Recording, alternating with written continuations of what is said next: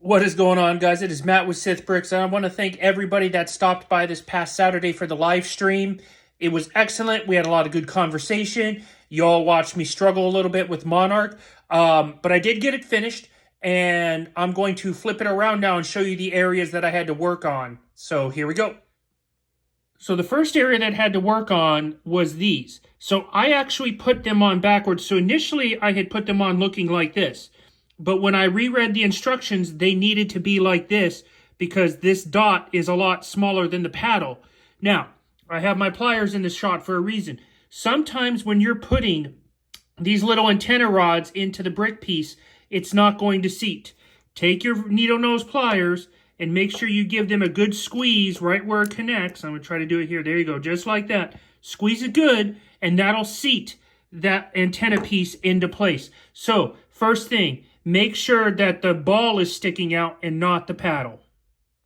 The next tough area was right here on the back. So you have this semi-truck exhaust piece right here. That's what it looks like to me, along with this engineered piece here with the gun and a Technic bar and some spacers and whatnot.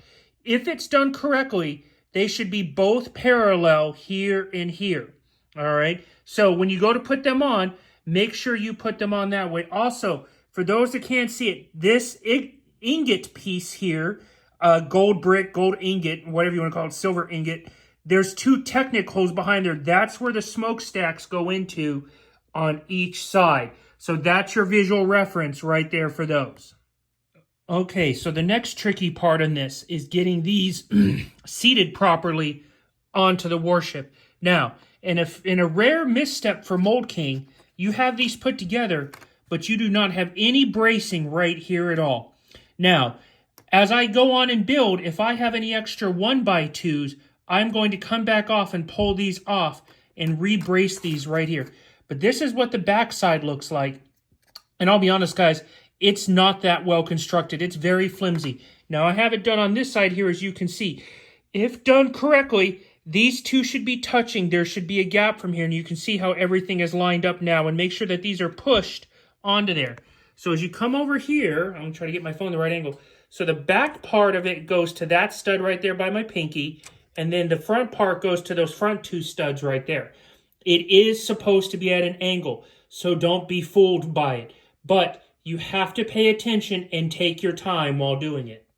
And the last thing, guys, is I finally figured out how to do the engine. So what you have to do is take this piece here. I'm going to do it off camera real quick.